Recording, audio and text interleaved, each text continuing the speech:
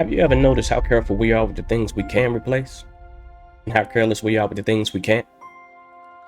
We'll put screen protectors on our phones, buy insurance on our cars, lock our front doors, and check our bank accounts before spending $20. But every single day, we spend something that no amount of money can ever buy back. Time. Money comes back. Jobs come back. Sometimes relationships even find their way back together. But time never circles back around. And the older I get, the more I realize life isn't measured by years. It's measured by the moments we appreciated, moments we assumed we'd have again. We tell ourselves, I'll call them tomorrow. I'll visit next weekend. We'll make time soon, as if tomorrow was promised to us. But tomorrow has delayed more dreams, more conversations, more forgiveness, and more memories than almost anything else. Not because tomorrow is bad, because tomorrow makes the day feel less important. And that's when I realized something. We're so busy waiting for the future that we don't even notice what's right in front of us. See, when people ask what's valuable, most of us think about money. And that's understandable. But here's what I learned. Money is only valuable because we exchange it for something else. And most of the time, what we're really trying to buy is time. Think about it. We pay somebody to mow our lawn because we want our Saturdays back. We order food because we're buying convenience. We pay extra for faster shipping because we don't want to wait. Isn't that interesting? We spend decades chasing money, hoping that one day it'll give us more time. But while we're chasing it, we're spending the very thing we're trying to get back. We check our bank accounts every single day to protect our money, but we're surprisingly careless with our attention. I've watched people drive 20 minutes across town to save $5, then turn around and spend 3 hours arguing with strangers online. Somebody cuts them off in traffic, and they hand that person the next 30 minutes of their peace. One rude comment ruins their whole evening. One inconvenience steals an entire day. See, every morning, life deposits 24 hours into your account. No more, no less. Rich, poor, young, old. We all wake up with the exact same amount. The difference isn't who has more time. The difference is what we decide deserves it. And here's something that completely changed the way I think. Every single time you say yes, you automatically are saying no to something else. Say yes to an extra hour of work, you might be saying no to dinner with your family. Say yes to scrolling on your phone, and you might be saying no to the conversation sitting right beside you. Say yes to carrying yesterday's anger, and you're saying no to today's peace. Every yes has a hidden no attached to it. That's why I stopped asking myself, do I have time? Instead, I started asking, is it worth my time? Those are two completely different questions, because the truth is, most of us have enough time for the things we truly decide matter. Life has a funny way of revealing our priorities, not by what we say matters, but what repeatedly receives our focus. Maybe that's why so many people wake up one day wondering where the years went, not because life moved too fast, but because they kept assuming they had more of it. And that's when I realized something. Life never tells you when you're doing something for the last time. Have you ever noticed every generation says the same thing? Things just aren't like they used to be. Gas costs more. Groceries cost more. People aren't as friendly. Kids are different today. And everybody says, I miss the good old days.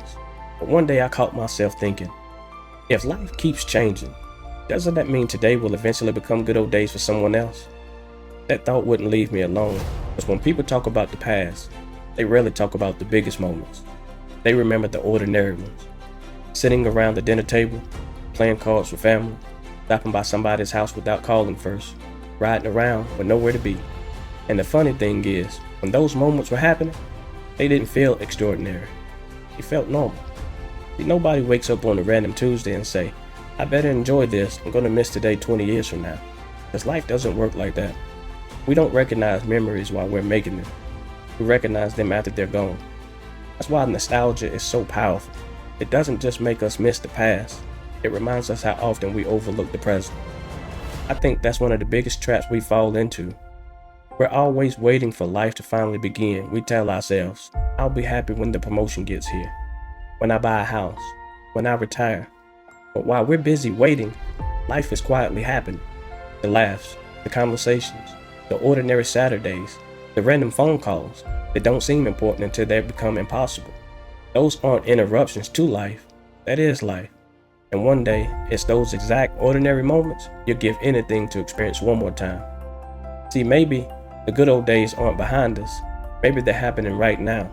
The scary part isn't that life goes by fast. The scary part is not realizing how good today was until it becomes yesterday. And once I accepted that, I started looking at time differently. Not because I suddenly had less of it, but because I finally understood what I was spending. See, life has a way of doing something that nobody ever warns us about. It never tells you when you're doing something for the last time. The last time you picked up your child. The last family vacation. The last holiday everyone was together. The last phone call. The last laugh. The last hug. The last time somebody tells you, "I'll see you later." The strange part is, if we knew, we would have paid a little more attention. We would have stayed in the moment a little longer. We would have listened a little closer. But life doesn't work that way. It lets ordinary moments become extraordinary memories. I learned that lesson in a way I'll never forget. Years ago, my family had a reunion at a park. Everybody was laughing, talking, eating, just enjoying being together. As the day was winding down, everybody started making plans to meet later on at a family member's house to play cards. Before I left, my mom asked if I was coming. There wasn't an argument. Nobody was upset. My wife and I were just tired. We'd been together all day and decided we'd head home instead. At the time, it felt like the most ordinary decision in the world. Later that night, my mom was hit. A couple days later, she passed away. I don't tell that story because I spent my life wishing I made a different decision. None of us knew what was about to happen. That's not the lesson. The lesson is, if I'd known that was the last conversation I'd ever have with my mom, I would have gone that night. Not because I thought something bad was going to happen, but because I would have understood what that time together was really worth.